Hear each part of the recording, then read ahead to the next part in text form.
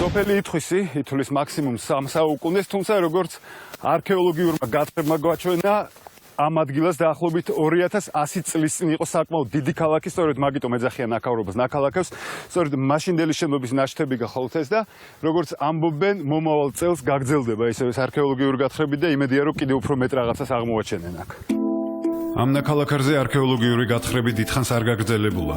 მომდევნო წლის ზაფხულამდე ყველაფერი დაკონსერვებულია, თუმცა რაც პატარა პერიოდის განმავლობაში იქნა აღმოჩენილი, იმის იმედს იძლევა, რომ შემდგომი არტეფაქტები კიდევ უფრო მნიშვნელოვანი იქნება. ეს უნდა ყოფილიყო, როგორც ვარაუდობენ, კოლხეთის ერთ-ერთი სკეპტუხიის ქალაქი.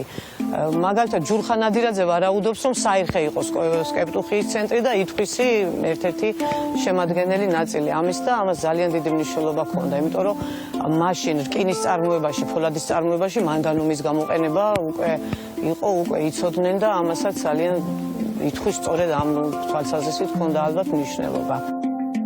საუკუნეების წინანდელი შენობების ნაშთებს დღემდე ეტყობა ომის და დარბევების კვალი. ნანგრევებში რამდენიმე ადგილას გამოკვეთილად ჩანს დანახშირებული ფრაგმენტები, რაც იმას ნიშნავს, რომ ეს ადგილი გადაწვეს. გასულ საუკუნეში ადგილობრივებს ამ ნაქალაქარის ტერიტორიაზე ვენახები ჰქონდათ გაშენებული. 1987 წელს კი მიწის დიდი ნაწილი მოწყდა და ჩამოიშალა. შესაბამისად, ითხვისელებმა ვენახები და ყანები ქვევით გააშენეს. სწორედ ერთ-ერთი ყანის ნაპირზე დგას ეს პატარა სალოცავი, რომელიც დიდი ხნის არ არის.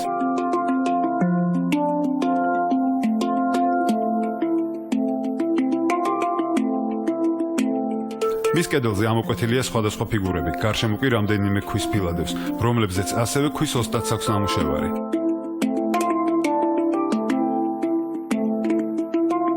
ერთი შეხედვით ნამუშევარი ძველი გეგონებას, თუმცა მისი ავტორი ითხვისში ცხოვრობს და თავისუფალ დროს ისევ ქვაზე მუშაობაში ატარებს.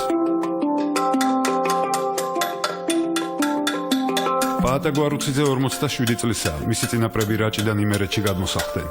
იმის მიუხედავად, რომ ამ ამბის შემდეგ საუკუნეები გავიდა, პაატა თავის თავს მაინც რაჭოდად თulis. ქვაზე მუშაობის პარალელურად მუშაობს ხეზეც, თუმცა ამბობს, რომ ქვა უფრო მეტ სიდინჯეს მოითხოვს. ქვას და ხეს შორის განსხვავება არის.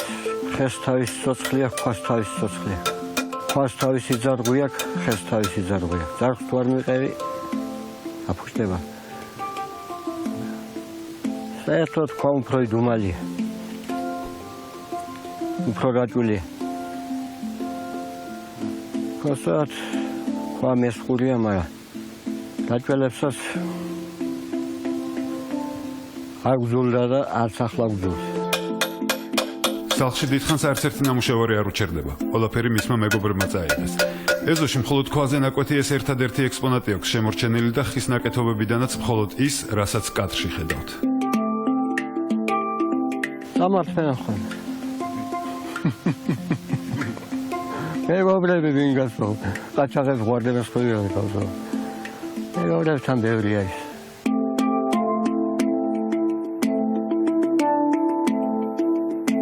პაატა არა ერთადერთი ხელოვანი თავის ოჯახში. მისი და ასმათი გაზეთებისგან თოჯინებს აკეთებს. თავისი ძმისგან განსხვავებით მან თოიძის სასწავლებელი დაამთავრა და ხატვის პარალელურად მეთოჯინეობამ გაიტაცა.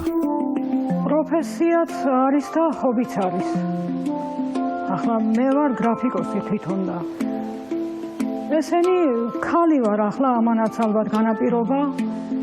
თოჯინა მაინც, თან გრაფიკასთან მაინც ახლოს არის. ფიზიკური ძალაც რო არ მაქვს კაცის ოდენი, მაინც მინდოდა შემექნა ფორმები და რაკი არ შემიძლია მუშაობა ქვაზე, ხეზე, ამას ჭირდება ფიზიკური ძალა და სხვა სპეციფიკა, გადავწყვიტე მეძერწა. საკუთარი ჰობისთვის ადრე უფრო მეტი დრო ჰქონდა. ბოლო პერიოდში კი ახალ ნამუშევრებს სულ უფრო იშვიათად ქმნის. ზამთარში შვილი-შვილის აღზრდით უნდა დავკავდე, ჩემმა გოგომ მაგისტრატურაში უნდა ისწავლოს. და ამის დრო ჯერჯერობით არ აქვს. დაძმის პარალელურად გადაცება აქვს მათ დედასაც. ქალბატონი ცისანა ღილებს აგროვებს. მის კოლექციაში 1100-ზე მეტი ღილია, რომლებიც მან წლების განმავლობაში შეაგროვა. დამაგრება ქსოვილზე ამ ღილებისა დავიწყე დაახლოებით 5 წელია მას შემდეგ. და ახლა ამ კოლექციას თანდათანობით კიდევ ვუმატებ. თუ იმას შევნიშნავ, რომ მომეწონება ღიეტ ახაცმერზე ნაცნობს, ვეუბნები, რომ როცა ეს დაიხევა და აღარ გენდომება, ერთი ღილი ჩემია და რა თქმა უნდა მიწყობენ ხელს. კოლექციას ნელ-ნელა ამდიდრებს და პარალელურად ძველ ქართულ ქვილთებსაც კერავს. ასეთი საბნის შეკერვასაც თავისი წესი აქვს და დროც საკმაოდ ბევრი სჭირდება. ერთი ასეთი გულის დამზადება სჭირდება 22 ნაჭერი. ჯერედება ქვეშ პირი. შემდეგ ეკერება ეს. მერე გარეშემო. მერე ეს სამკუთხედები ედება. ესეთნაირად. და მერე საბოლოო ჯამში კიდევ ქვეშ უდებ ამას სარჩულს და შემდეგ მთლიანობაში ერთმანეთს გადავაკერებ და დავამაგრებ ასეთნაირად და კეთდება ასეთი ქვილთი.